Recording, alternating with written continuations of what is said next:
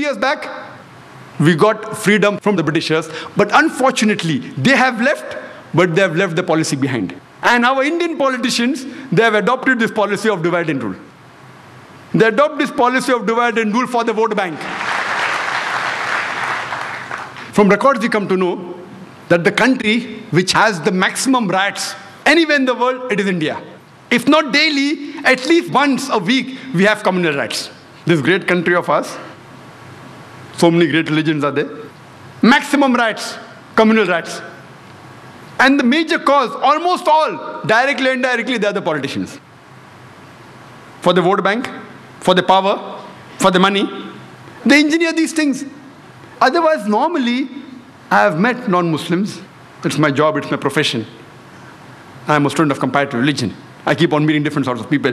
Generally, the common Indian, irrespective whether it's Hindu or a Muslim, they would love to live with each other harmoniously. They would love to live peacefully. We may have our differences. We don't want to fight. But it is these politicians. It is these politicians who engineer hatred amongst different religions so that they could fill their vote bank. And you see almost all the riots that have taken place, indirectly or directly, they are the cause. We know that a few years back, there was a political gimmick.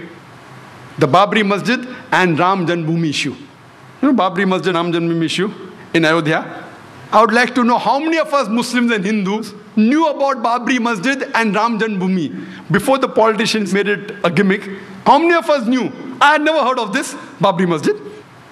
And when I asked the common Hindu, he had never heard of this. Only after the politicians made it a political gimmick, people knew about it. And we know on the 6th of December, 1992, they wanted to have a big procession, a gathering at this site. The Supreme Court had explicitly said that no gathering anywhere close to the disputed site. A group of politicians, they make it a political gimmick of Ram Janmabhoomi issue and the Babri Masjid issue. They want to gather on 6th of December. The ruling politicians know very well that they have the Supreme Court backing. They could have easily stopped the gathering, easily. But then they think, if I stop, I may lose vote. So they let the gathering take place. The gathering takes place, and then they say, spontaneously, the thousands of cars were gathered there. Spontaneously, the Babri Masjid was destroyed, spontaneously. You know, there was live recording on the various satellite channels. We know that with trishuls and lathis, how can you get down a structure? Is it possible? No. They had planted explosives. With this pre-planned act, that planted explosives, anyone can see. You don't have to be a specialist of military. You can see it with your eyes. That explosive was planted, and that's how the structure came down. Can the structure come down with lathis and trishuls? Maybe George Bush saw this. 6th December 1992, that's how he had conducted the inside job of 11 September. Time does not permit me to speak about the inside job. That requires a lecture by itself. Inside job of 11 September. Many Americans have spoken about that. Maybe he saw it and he got the idea that let's conduct in New York also. Later on, what happens? This emerges into riots. Throughout the country, there were riots. It is the largest riot after partition in the whole country, where tens of thousands of innocent human beings were killed, mainly Muslims. Who's to blame? The innocent Indians. They are instigated by the politicians. Fight. Kill the opposite religion people. Instigated, innocent people, they get instigated and they do the act. We know that even in Bombay, one of the cities that was maximum affected was Bombay. Even during partition, the riots that took place in Bombay was the worst in the history of Bombay. Even during partition, so many people were not killed as during the December 92 and January 93 riots.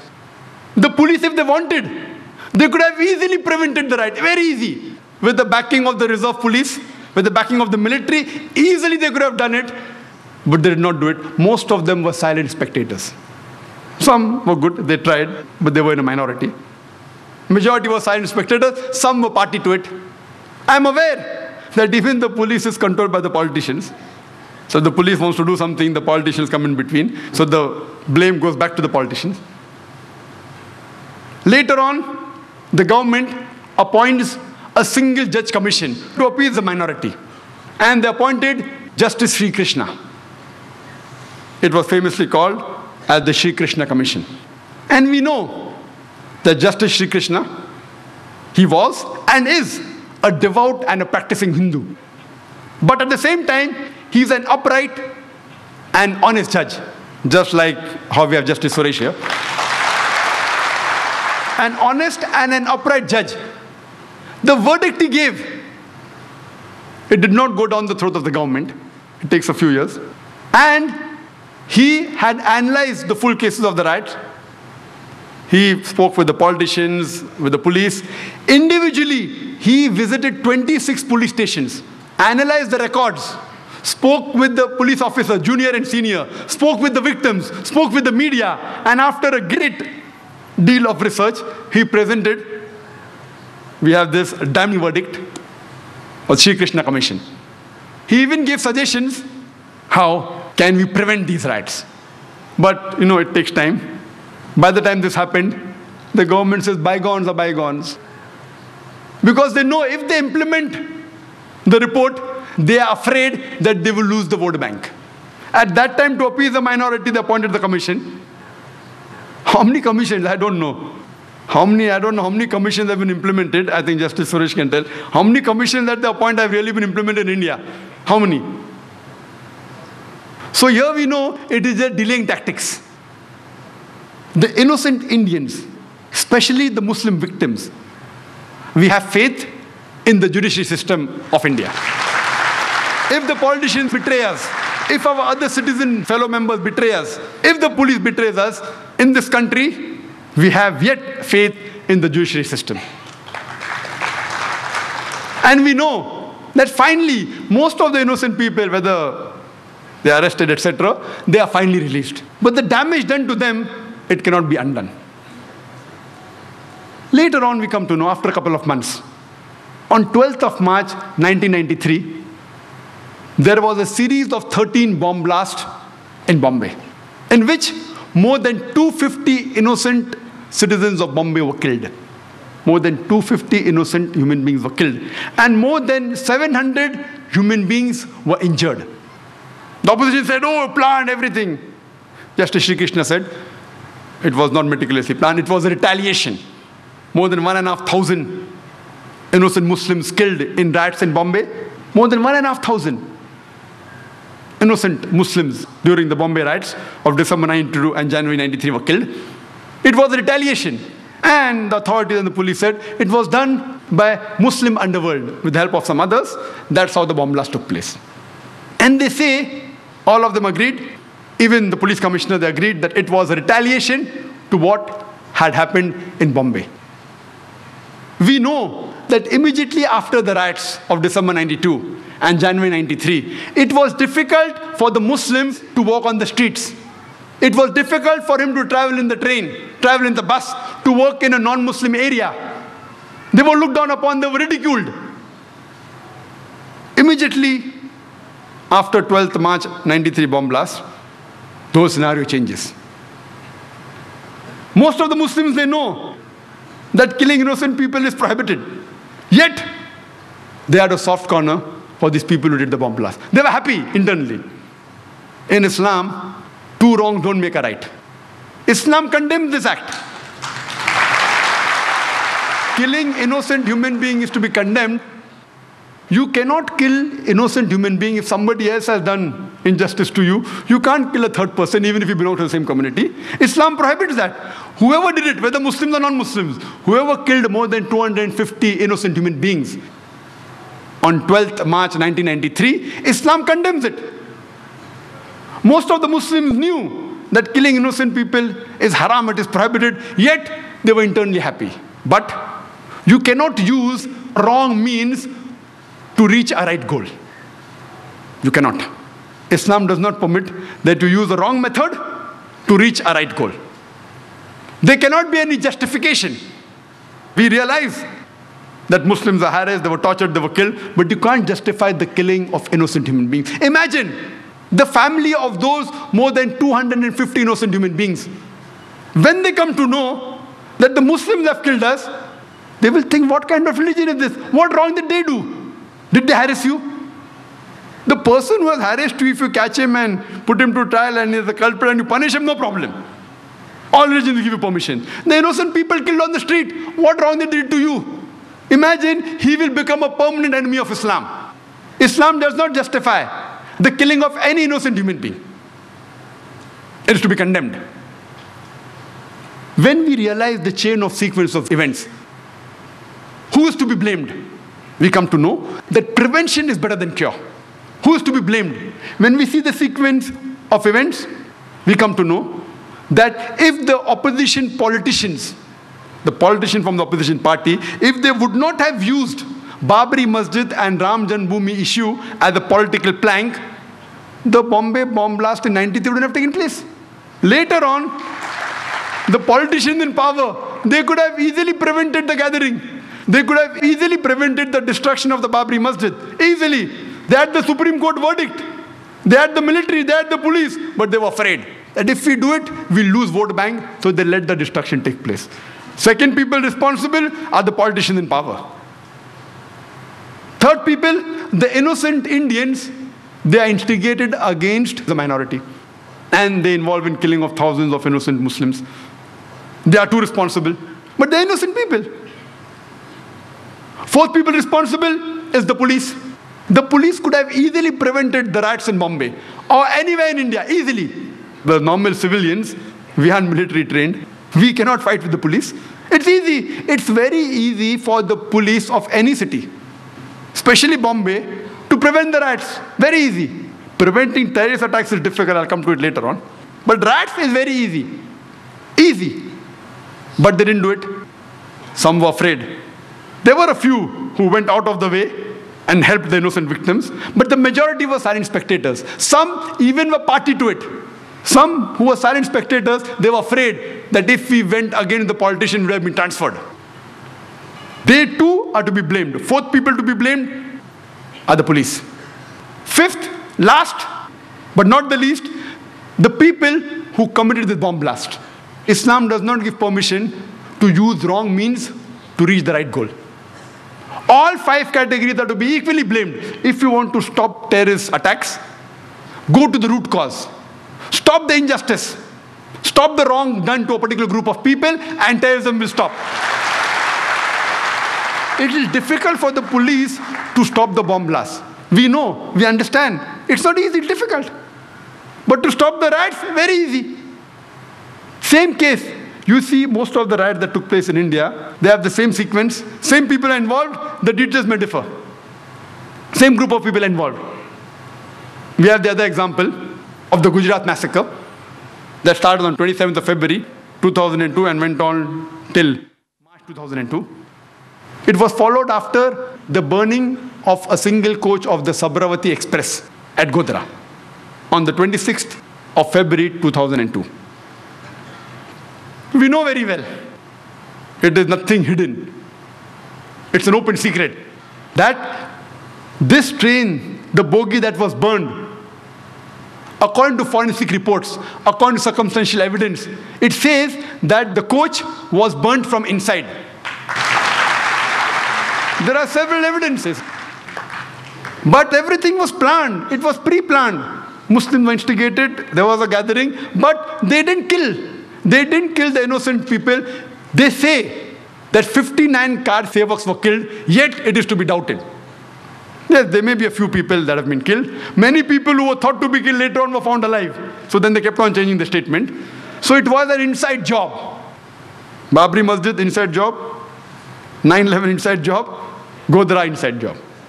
Main people to blame, they are the politicians. Then immediately, next day, from 27th of February 2002, no retaliation, pre-planned. It was a state-supervised massacre of the innocent Muslims in Gujarat.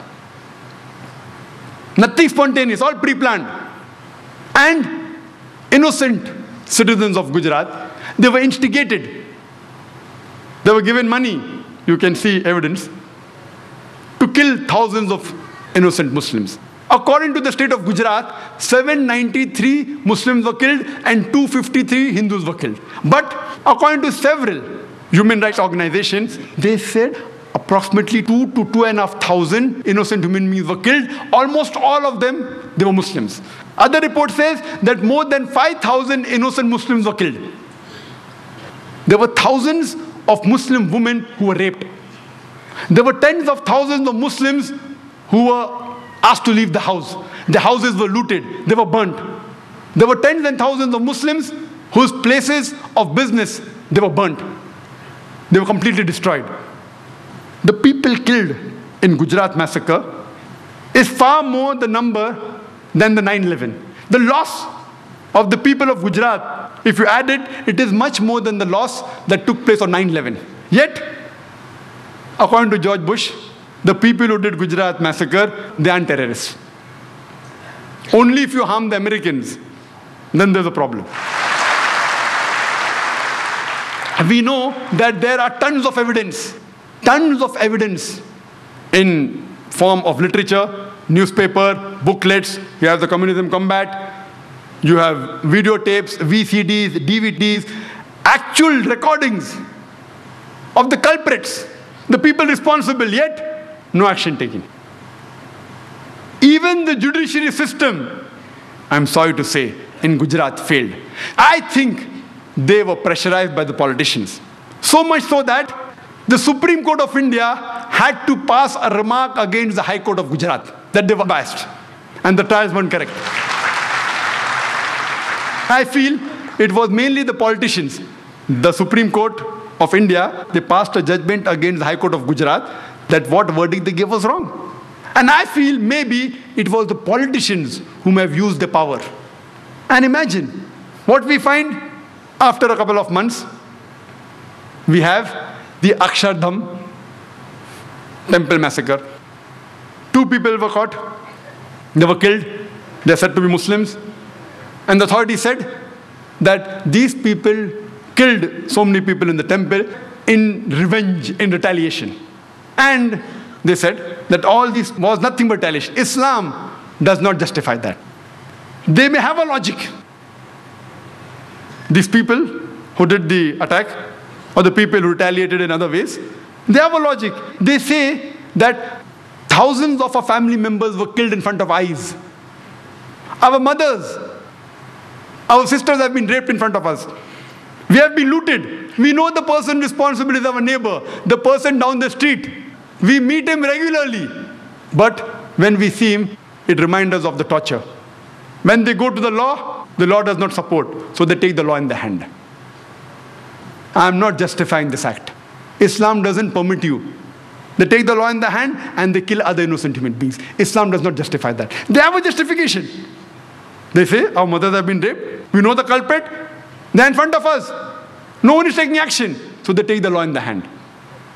If you really find the culprit and book him, and if he's caught, if you can do that, and punish him, Islam justifies. You can't kill any other innocent human being. Islam does not justify that. You cannot use a wrong mean to come at the right goal. However much you may have sympathy for them, but the point to be noted, Islamically, it is wrong. It's not justified. Killing innocent human being. Imagine the hundreds of innocent human beings killed by these people in retaliation. They in turn become enemies of Islam. What wrong have they done? It is the same thing. The earlier people killed innocent Muslims. No, you kill innocent Hindus. It's not justified in Islam. If you can catch the culprit, book him, punish him, fine. But not an innocent human being. Later on the 11th of July, we have, in this year 2006, we have a series of bomb blasts in the train. 7 bomb blasts in the span of 11 minutes, in which more than 200 innocent human beings were killed. More than 800 were injured. The police and the authorities, they say, this too was in retaliation to the thousands of Muslims killed in Gujarat. The authorities say it is the hand of the LET, Lashkar-e-Toiba. If you look at the sequence of events, could this have been prevented? Easily. Who's responsible? Number one, those politicians who had planned the burning of the coach in the Sabarmati Express at Godhra. They are responsible. Number two, the people at the center government. They could have stopped it, but they belong to the same party. They didn't do anything. Number three, the innocent citizens of Gujarat. They were instigated against the Muslims. And they fell in the trap. They too are responsible. Number four, the police of Gujarat could have easily prevented. They didn't do it. They are responsible. And we know from records that most of the places, it was done under the supervision of the police. If you see the commission report. They too are responsible. Number five, the judiciary system of Gujarat. They didn't take action. Number six, the people who retaliated in the wrong way.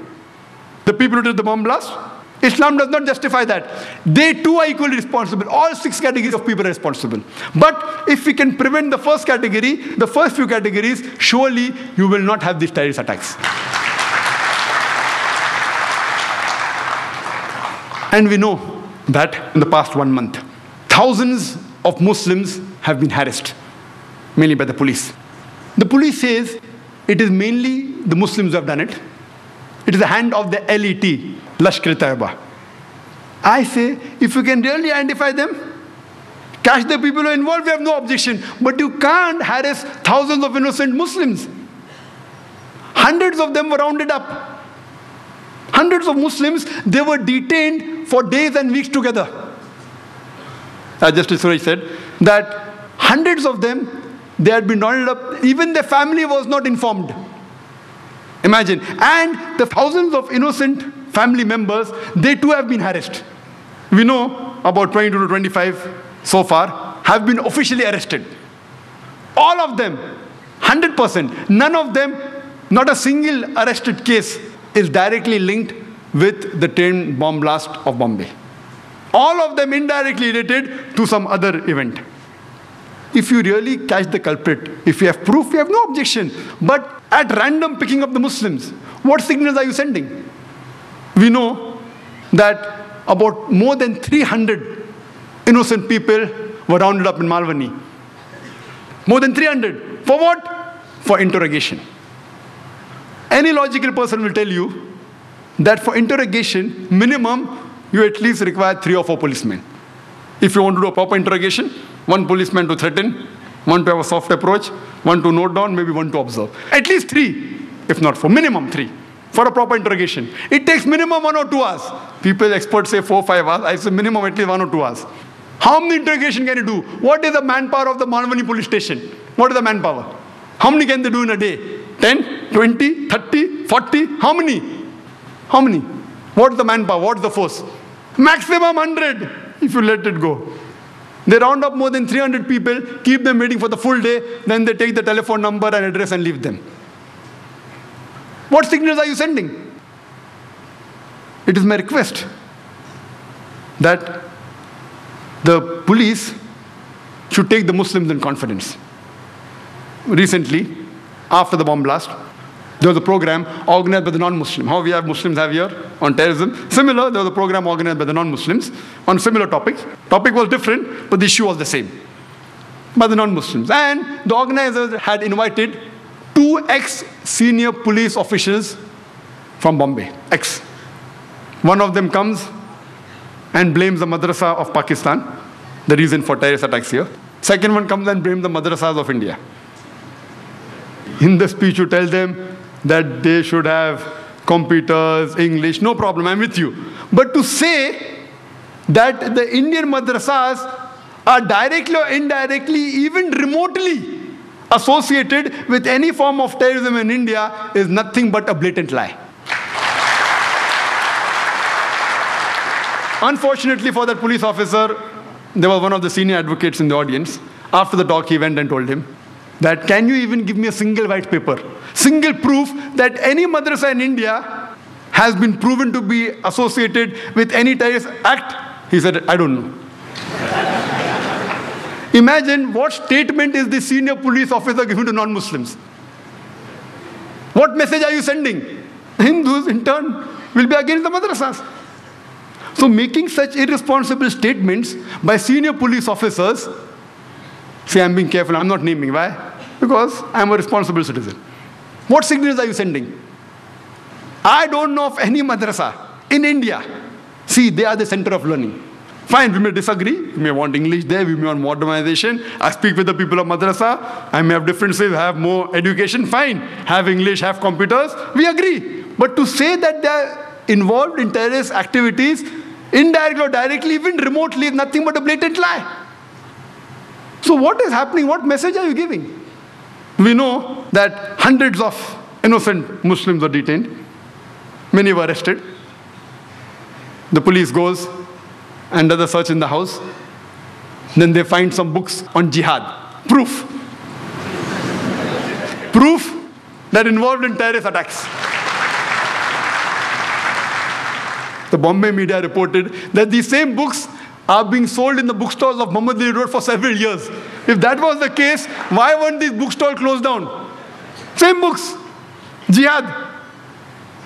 I would like to tell that, do you know, the Quran too speaks about jihad. And almost every Muslim house has the Quran.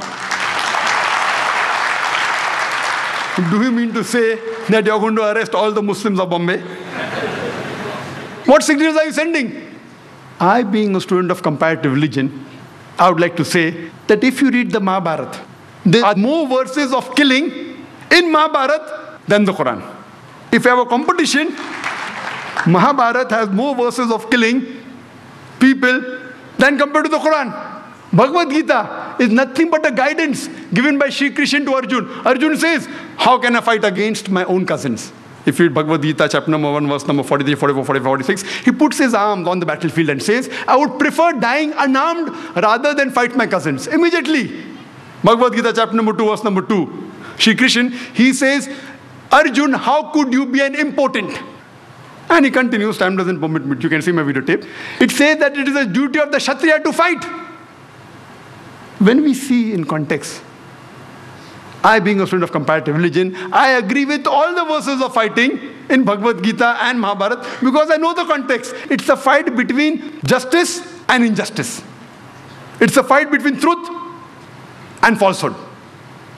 And what Bhagavad Gita and Mahabharata say, that if you have to fight against falsehood, against injustice, even if it be your cousins, no problem, family members, fight them. We are with it. That is what the Quran says. What my request is that even the police should know the religious teachings of the different citizens of India.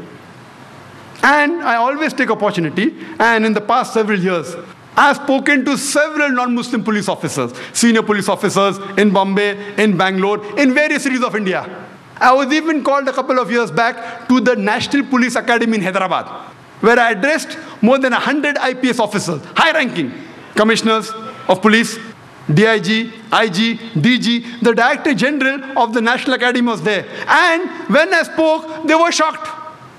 Most of the information I gave, they were shocked. You should know what is the teaching of different religions. Imagine if I pick up these verses of the Mahabharata and Bhagavad Gita and quote out of context, surely we can get rights here. We have to understand different religions. And by God's grace, alhamdulillah, I have spoken to police and military internationally. In UK, in USA, in Bahrain, in Saudi Arabia, in UAE. Alhamdulillah. And I love interacting, especially with the non-Muslim police. Giving them the right picture of Islam. Unfortunately, they get the information of Islam from the international media.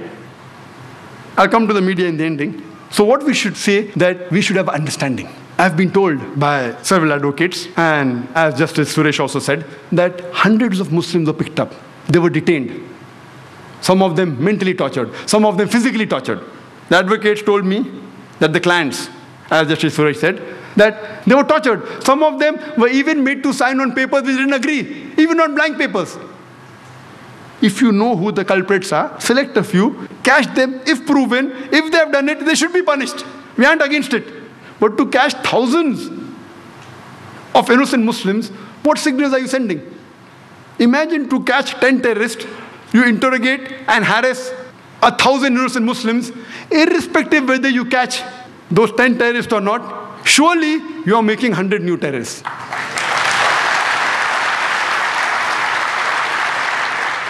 many non-Muslim senior police officers in different parts, in different cities of India. And one particular in Bombay, he told me, Zakir bhai, Dr. Zakir Naik, I will only be happy if you give talk in Hindi and Urdu. Your talk should be heard by the masses. I didn't speak. Recently, a couple of years back, I started speaking. Many senior non-Muslim police officers in different parts of India, they tell me, they know that by God's grace, 10,000, 50,000, 100,000 people come for my talks. And when I went to Kashmir, because I was the official guest, I met the minister, power minister, chief minister. But at that time, the governor of Kashmir, Saxena, he wanted to meet me. My schedule was tight. Non-Muslim, I took out time. He wanted lunch, dinner, no time, I went for breakfast. Saxena, the governor of Kashmir, he happened to be an ex-military man.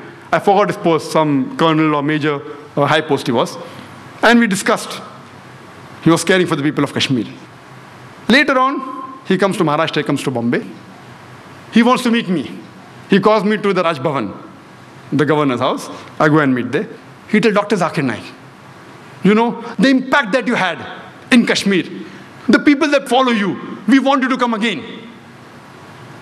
We want you to come on the television of Kashmir. We want to come on the radio. But what my question is, that do you think my talk will be effective? I know that there is not a single verse in the Quran which justifies the killing of innocent human beings. There is not a single saying, a hadith of the Prophet, that you can kill innocent human beings even if they belong to the same community that does an injustice to you. I know that. I can speak. But imagine if thousands of innocent Muslims are being harassed. The police, they tell us that most probably it's a hand of the LET, Lashkar-e-Toiba. For sake of argument, I agree with it. And the police tells us that the local hand should be involved, otherwise the bomb blast can't take place. I agree with it.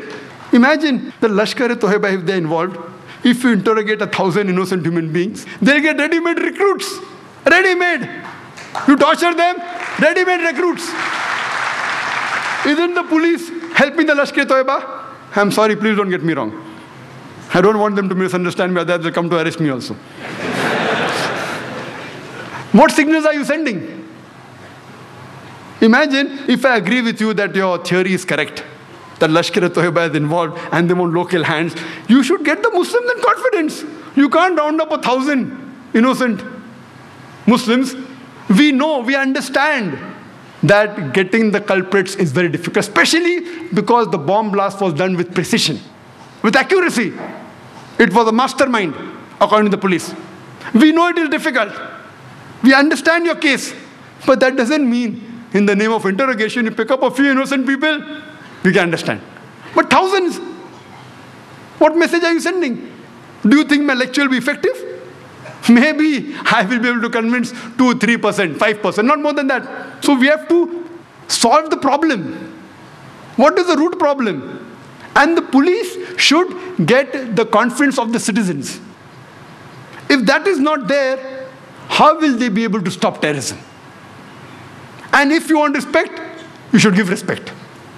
There were good policemen also. Many of my friends who are advocates and lawyers, they told me that there were good policemen who helped the people when they were harassed. Some of the policemen had a very good heart. They helped them, they supported them. But generally, oh, you have a beard. Why do you have a beard? Oh, you have trousers above the ankle. Why do you keep it? Wearing a cap. As though it is mentioned in the rule book. A terrorist should have a beard, should have trousers above the ankle and a cap. Then I would be number 1 terrorist. Even I have my trousers above the ankle, I'm wearing a cap and I have a beard. What signals are you sending? There should be a proper training, a proper understanding of the religion of Islam. That's what William, when he advised, he told the US government that you don't know Islam. George Bush doesn't know Islam at all. It was an article that came yesterday in the midday. He doesn't know. Unless you don't understand, how will you be able to solve the problem? I don't want the police to misunderstand me. When I tell the Muslims that killing innocent people is wrong, though many Muslims disagree with me, Quran condemns it. Our Prophet condemned it. Killing any innocent human being, you can't justify it. I have to speak the truth. At the same time, I even have to speak the truth to the police force.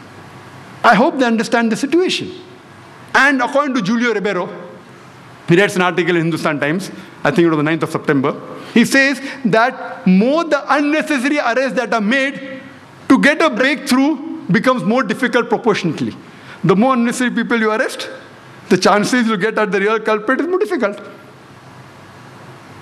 On the 2nd of September 2006, there was a good gesture by the Police Commissioner of Bombay, A.N. Roy. He wrote a personal letter to a couple of hundred Muslim leaders saying that the investigation is unbiased, we aren't harassing the Muslims. I too received one of these letters. And he said that if there is any query, any questions, we can come and sit across the table. We can talk. It's a good gesture. The letter came recently, just maybe a week back. I only hope it is not a theoretical exercise of public relations. If it's practically implemented, that innocent Muslims should not be harassed. If you really want to get the confidence, you see to it that you get the confidence of the Muslims. And then only you will be really able to catch the culprits. And if you get the culprits, whoever they are, surely they have to be punished. We know the authorities, they tell us that why majority Muslims have been picked up. And the argument given was that when we analyze that in Punjab terrorism, majority people arrested, they were Sikh. In Ulfa, in Assam, majority were Hindus. In Tamil Nadu, LTT, they were Hindus. So, but natural in Bombay, because, we think it's linked with Pakistan, Kashmir, it would be Muslims. I agree with you for sake of argument. If a terrorist attack is done in Punjab, the majority people living in Punjab are Sikh. So if majority Sikhs are arrested, it is logical. In Assam, majority are Hindus, so if Hindus are arrested, it is logical. In Tamil Nadu, majority people living are Hindus, so Hindus are arrested, logical. In Bombay, are the majority people living Muslims? The Muslims are in minority. So why are they being picked up in majority?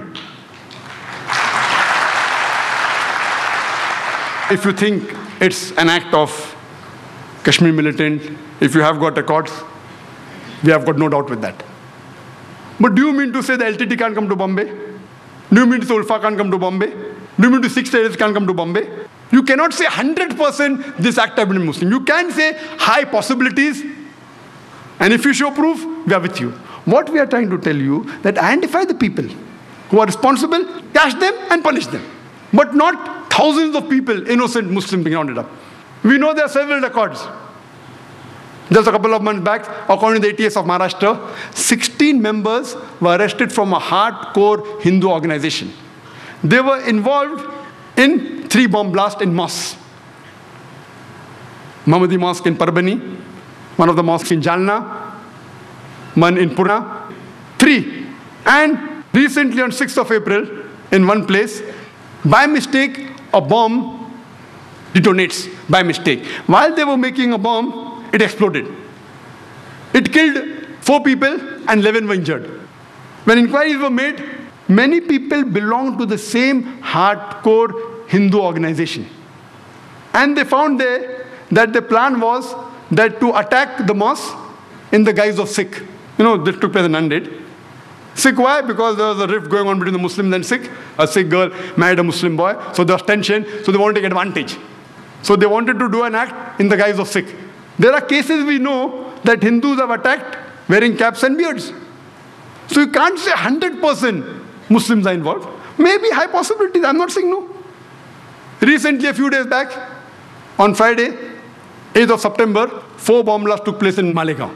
One outside one of the mosques, one outside a graveyard, in which 35 innocent Muslims were killed and more than 100 innocent Muslims were injured. Again, prime suspect, LET. Can be, but not prime. Imagine, it is a game plan. It's a name game. If you go to America, it's Al-Qaeda. Here it is LET. According to an article that came in the DNA on the 6th of September, a person by the name of Joseph, he writes that the foreign experts, they tell that if you involve yourself too much in the blame game, you lose focus and the main culprits are never caught. You do a proper investigation. If really they're caught, they have to be punished. Irrespective whether the terrorists are Muslims or non-Muslims, whether they belong to Kashmir, whether to Pakistan, whether Ulfa, whether LTT, if they are proved to be involved in that, they should be punished. I am not here to support any terrorist act, not at all. But if you want to get to the bottom of it, you should know that this should be done meticulously. We should take the citizens in confidence. One of the other cause is the media. Mainly that media which is controlled by the politicians. We have to be careful of this. And this media, they can convert black to white, day to night, hero into a villain, villain into hero. And we see that very often. If you see my tapes, I've given very such examples. But in India, it's fortunate that the more popular media is not controlled by the politicians. And we find that this media really gave the true picture. Whether it be the Gujarat riots, the Bombay riots in '93, or even today, the innocent Muslims are being harassed. The media, whether it be the newspaper, the news channels, they have really given a true picture of what's happening. Not 100%. Sometimes they get involved in news which is sensational. So when they get the news without checking up, they give it. If it's sensational, they give it. But as a whole, we have to agree, the media has been honest. I'm talking about non-Muslim media. I'm not talking about the Muslim media. And here we find that they were honest and they projected the real picture. But what we have to be careful is of the media which is controlled by the politicians. And as far as the judiciary system is concerned in India, the innocent citizen of India, especially the Muslim victims, we have faith in the Indian judiciary system. Though some people say that some are corrupt, they are blaspheming the community. But as a whole, we know most of the judges, they are upright and they are honest. We only hope that these people are not influenced by the politicians. So far I know most of the judges, they don't care much for the politicians. If once the politicians get hold of the judiciary system, then God save this country. Yet we have faith in the judiciary system. And to conclude, we have to realize that since we know that the cause of terrorism is injustice, the cause of terrorism is wrongdoing to a particular group of people, this thing should be stopped. How can we stop? As I mentioned, number one, the politicians, they should be honest, they should be just. They should not go for the vote bank and do things which are wrong. Once they're honest and they're just, irrespective they lose their seat, you see to it that terrorism will stop. Point number two, the innocent Indian citizens, they should not be instigated by the politicians and do wrong things and kill other innocent human beings. Point number three, the police, they should be upright. They should be just. If someone is being harmed, they should see to it that is protected. They should not be ploy of the politicians. I know there are times that they can be transferred, but if every policeman in India is honest, the new policeman who is transferred will also be honest. So what will the politician do? If 100% of the policemen, I'm not blaming all of them. Please don't get me wrong. I know most of them honest, they want to do, but because they're under the pressure of the politicians, they're afraid that they'll be transferred, they'll be harassed. But if all the policemen get together and say, let's all of us be honest, if they transfer you, the new person coming will also be honest. So there itself, most of this trouble of injustice will stop. And last but not the least, people cannot take the law in their hand. They cannot kill other innocent human beings, even if they belong to the same community who has done injustice on you. If we take this and we see to it that injustice is stopped, then surely India will be a very good country. It is estimated that in the next, by 2020, India would be a superpower. If all the Hindus